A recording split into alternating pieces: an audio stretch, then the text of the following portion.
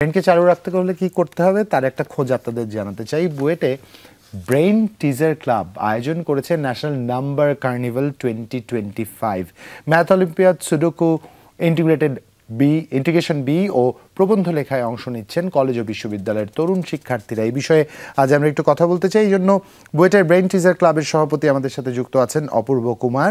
অপূর্ব, স্বাগত সকালের বাংলাদেশে। শুভ সকাল, কেমন আছেন আপনি? থ্যাংক ইউ ভাইয়া, আমি ভালো আছি। আপনি ভালো আছেন? চমৎকার। অপূর্ব, খুব স্বাভাবিকভাবেই প্রথমে যে বিষয়টি আসলে মাথায় আসে, এই বছরের আমরা দেখছিলাম ন্যাশনাল নাম্বার কার্নিভাল 2025। মূলত নাম্বার কার্নিভালটা কি আমাদের একটু বলা যায়? আমরা একটু জানতে আগ্রহী।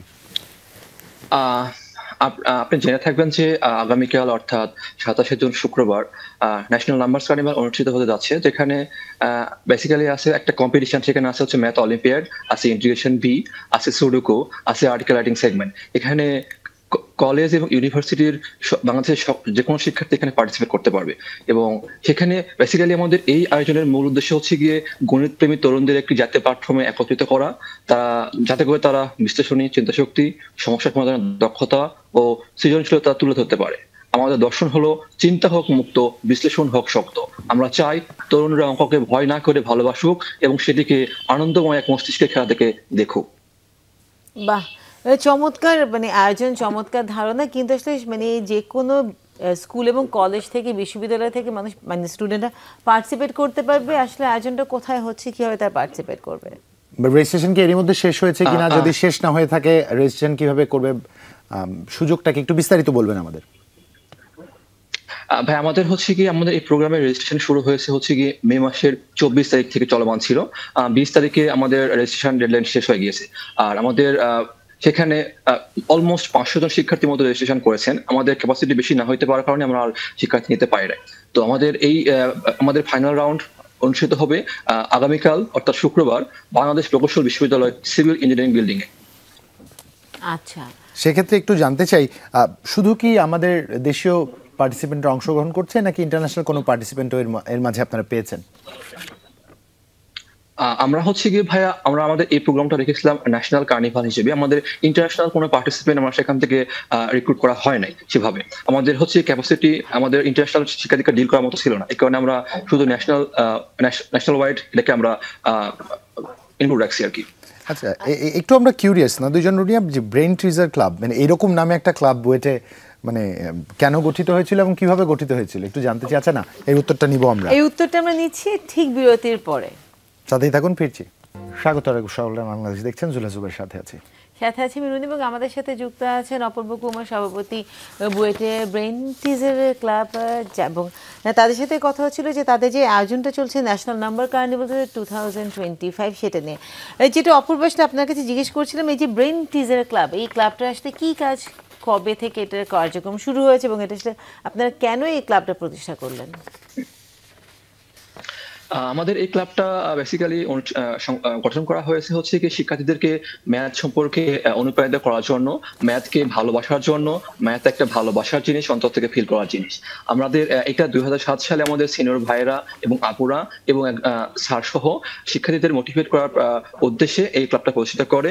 এবং এটা সেই 2007 সাল থেকে এখন পর্যন্ত চলমান। এবং সেখানে শিক্ষার্থীরা স্বতঃস্ফূর্তভাবে পার্টিসিপেট করতেছে, গণিত শিখতেছে, গণিতকে ভালোবাসতেছে, গণিত নিয়ে তারা অ্যানালাইসিস করতেছে। চমৎকার। আমাদের সাথে আরমান হাসান যুক্ত হয়েছেন, সহসভাপতি বুয়েট ব্রেইন টিজার ক্লাব। তার কাছে আমরা যেতে চাই। আরমান, নিশ্চয়ই আপনি শুনতে পাচ্ছেন, একটু আমাদের বলবেন এই যে ম্যাথ অলিম্পিয়াড, সুডোকু, তারপরে ইন্টিগ্রেশন বি, এইসব ইভেন্টের মাধ্যমে আসলে শিক্ষার্থীরা কিভাবে উপকৃত হবে বলে আপনাদের মনে হয়?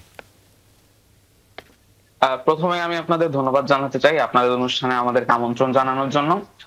জীবনের প্রতিটা ক্ষেত্রে হচ্ছে ম্যাথ আমাদের চিন্তা শক্তি এবং ক্রিটিক্যাল থিঙ্কিং বাড়াতে সাহায্য করে।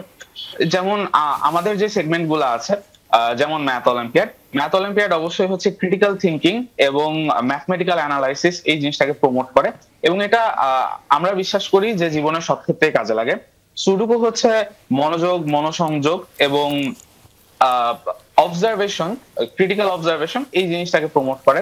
ইন্টিগ্রেশন জিনিসটা, যারা আমরা সায়েন্স ব্যাকগ্রাউন্ডে পড়ালেখা করতেছি, যারা ইঞ্জিনিয়ারিং এ আছি, পিওর সায়েন্সে আছে বা সায়েন্সের যে কোনো সাবজেক্টে আছি, সব জায়গায় ইন্টিগ্রেশন হচ্ছে একটা খুবই কোর একটা কনসেপ্ট যেটা আমাদের প্রতিদিনই কাজে লাগে।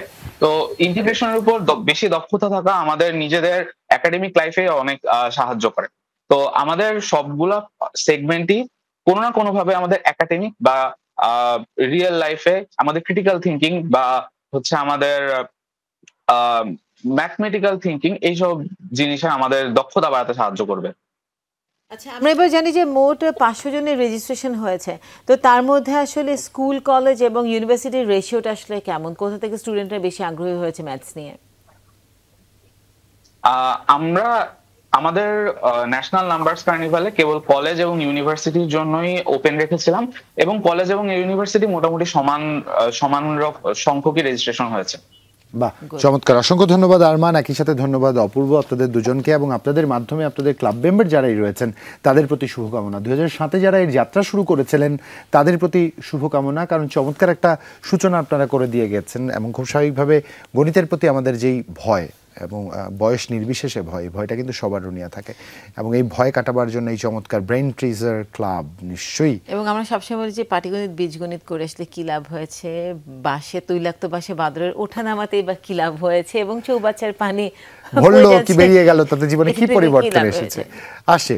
বাস্তবিকভাবে যদি জীবনের বিভিন্ন ক্ষেত্র চিন্তা করি, প্রভাব কোনো না কোনো তো আছেই, খালি সেই প্রভাব আমাদের উপলব্ধি করতে হবে। দেখতে দেখতে আয়োজনের আজ শেষ পর্যায়ে এসে আমরা দাঁড়িয়েছি, আরও একটা সপ্তাহ শেষ করলাম, একটা মাস সমাপ্তির দিকে এগুচ্ছে। একটু ভাবুন কতখানি জীবনে এগুলে নেন, কতখানি পথ এখনো পাড়ি দেবার বাকি রয়েছে। আজকের দিনটি আপনার জন্য শুভ হোক, আবার শুভ সকাল।